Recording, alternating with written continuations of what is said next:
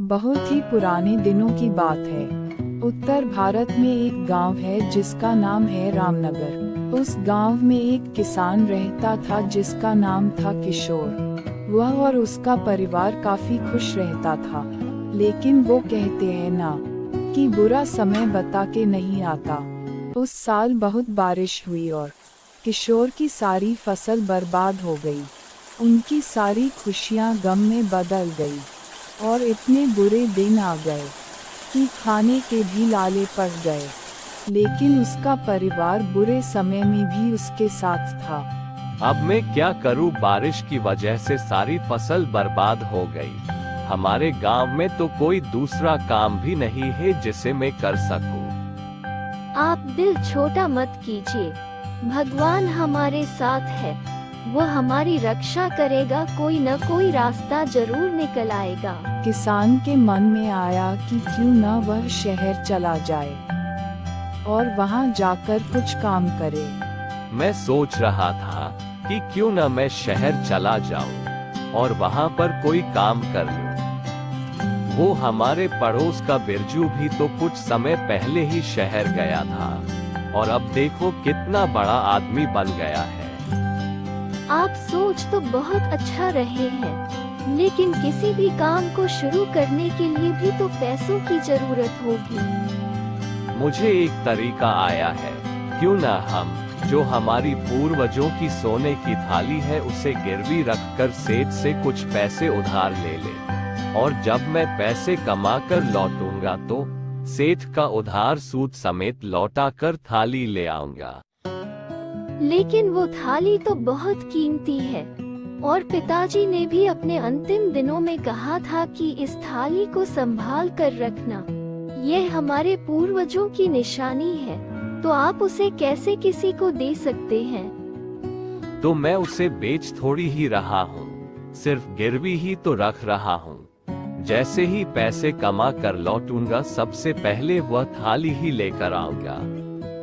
सेठ एक अच्छा आदमी है और सेठ मुझे अच्छी तरह से जानता भी है, इसीलिए वह मेरी मदद जरूर करेगा। दोनों ने बहुत सोचा और उस थाली को सेठ के यहाँ गिरवी रखने का फैसला किया। सेठ जी नमस्कार, कैसे हैं आप? अरे किशोर, नमस्कार, इतने दिनों बाद दर्शन दिए।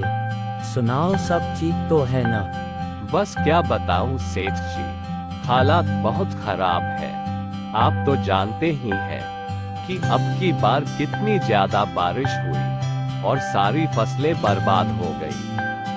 हाँ, ये तो तुम ठीक कहते हो, अब की बार तो फसलों को बहुत नुकसान हुआ है।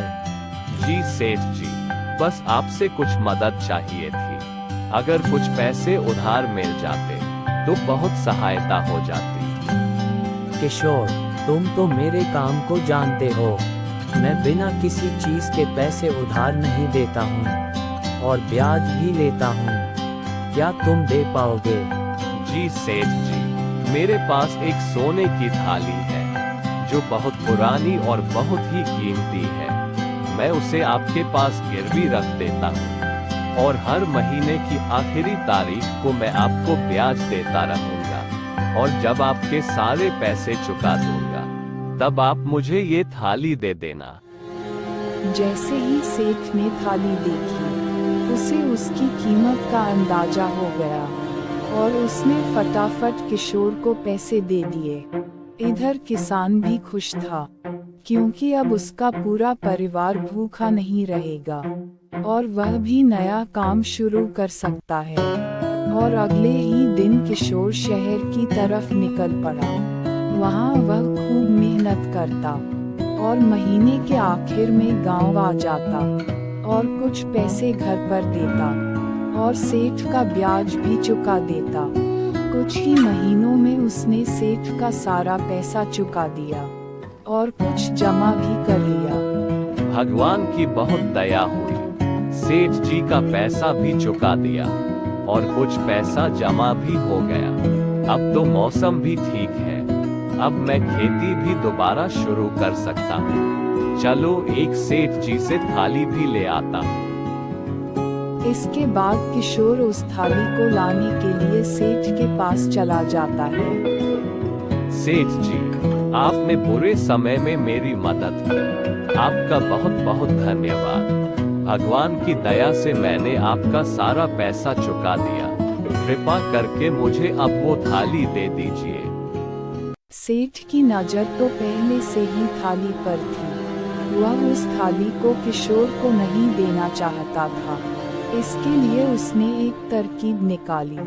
अरे किशोर भाई, मैं तो बताना ही भूल गया कि वो थाली तो चूहों ने खा ली। तुम्हें तो पता ही है अपने गांव में कितने बड़े बड़े चूहे हैं। अब तुम ही बताओ मैं क्या करूं? तुम उसके बदले कुछ पैसे ले लो। किशोर समझ चुका था कि सेठ थाली नहीं देना चाहता है और वह बहुत दुखी होकर वापस घर चला जाता है।